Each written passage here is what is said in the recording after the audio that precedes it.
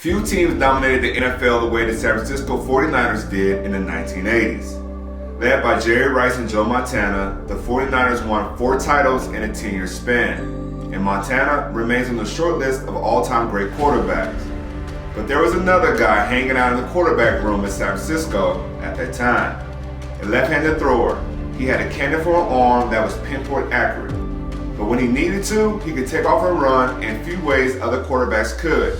He was part Montana after Joe Montana, and Michael Vick before Michael Vick. I'm talking about no other than the quarterback that helped revolutionize the quarterback position, legend, Steve Young.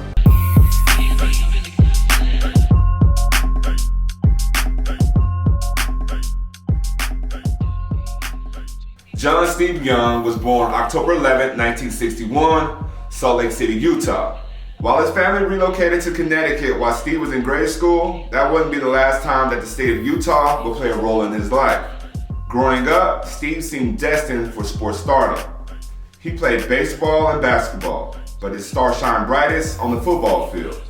As a senior at Greenwich High School in a heavy run read option offense, he ran for nearly 2,000 yards and 13 touchdowns as a senior, earning regional honors and all-state selection. As a college football prospect, Steve was in demand. He decided to go back to where it all began, Utah. Steve Young was the great-great-great-grandson of Brigham Young, and with that, he decided to attend BYU. For his first few seasons, Steve backed up the eventual Chicago Bears quarterback, Jim McMahon, but his senior year put him on the national radar. Why? Because Steve, as a senior, would go on to have one of the best seasons that any college football player will have in history. He set an NCAA record by completing 71.3% of his passes.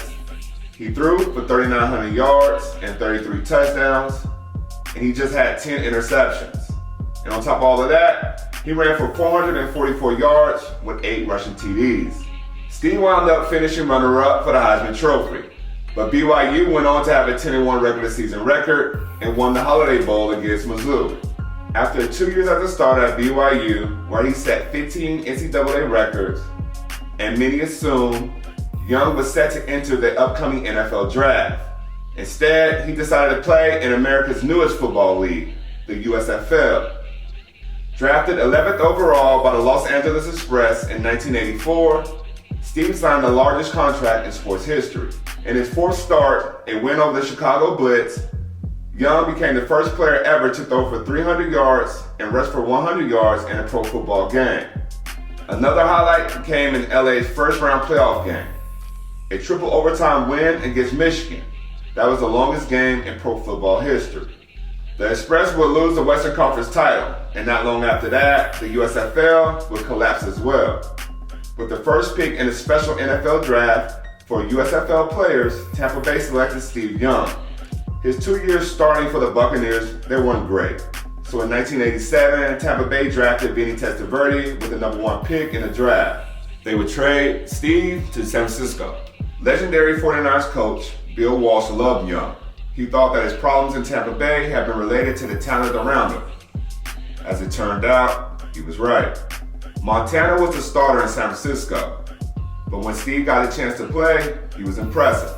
Late in 1987 season, Steve entered for an injured Montana against the Chicago Bears and threw for 4 touchdown passes and a 41-0 win. He won 2 games after that as well. When San Francisco lost in the divisional round that year, people started to whisper that maybe it was Young's turn to take over for QB as a 49er. Instead, like a true Hall of Famer, Montana returned to MVP form, leading the 49ers to back-to-back Super Bowls. But in those 2-year span, Young would play a very significant role in a very noticeable way. During his 7 starts, the 49ers were 5-2. His 3 starts in 1988 were all wins. They included a comeback victory over the Vikings, where Steve began the game with a 73-yard touchdown pass and ended it with an incredible 49-yard scoring run. Oh, nice. Spin out of there. Are you watching this?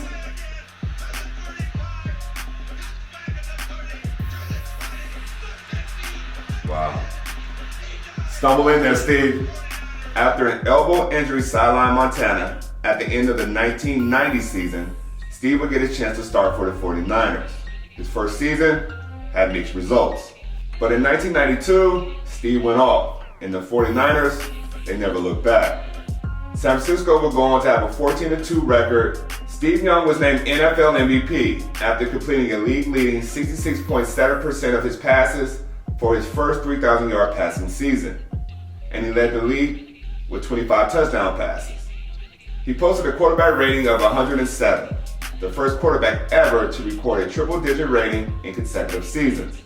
He began an even more dynamic rushing threat as well, running for a career-best 537 yards and 4 more touchdowns. Young was named Offensive Player of the Year, first-team All-Pro quarterback, and a Pro Bowler. San Francisco would go on to lose in the playoffs to the Dallas Cowboys, who would go on to win the Super Bowl. But in 1994, it was Steve Young's time. Following season started off rough. Steve was benched after a 40-8 rout to Philadelphia in the 5th game of the year. Turns out, it lit a fire underneath them. The 49ers won their next 10 consecutive games, beating their opponents by an average of nearly 20 points per game. Steve again won the NFL MVP, completing 70.3% of his passes for 3,900 yards and the league's best 35 touchdowns, while posting a career-best passing rating of 112.8. He also continued to pave the way for running quarterbacks with a career-high 7 rushing touchdowns. San Francisco finished 13-3 to earn a top spot in the NFC. They met their rivals, the Dallas Cowboys, in a third straight NFC Championship game, and at this time, the 49ers were emerged the winner. 2 weeks later, Steve Young would go on to have the game of his life, in what many would call one of the greatest individual performances in NFL history. Steve threw for 325 yards and 6 touchdowns in a 49-26 win over the San Diego Chargers.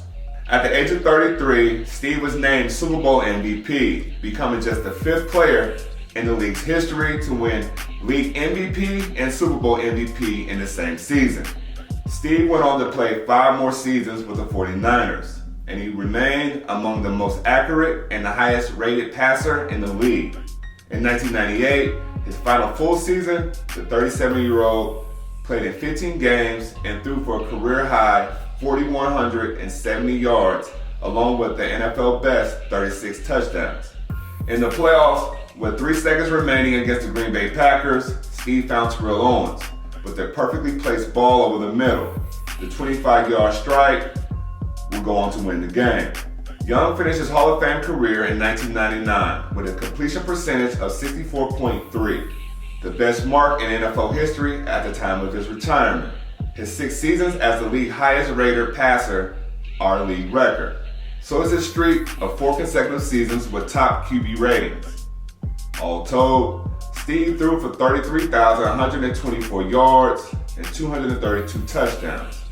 He ran for 4,200 yards, second only to Randall Cunningham in NFL history among quarterbacks at the time of his retirement. And his 43 rushing touchdowns were the most by an NFL quarterback until the arrival of Cam Newton. His postseason marks of 594 rushing yards and 8 rushing touchdowns both remain an NFL record for quarterbacks. Steve Young's accuracy as a passer, his elusiveness as a runner, was a combination we had never seen before. It truly was one of the reasons why he's a one-of-one, and a great reason why he was entered into canon as a Hall of Famer.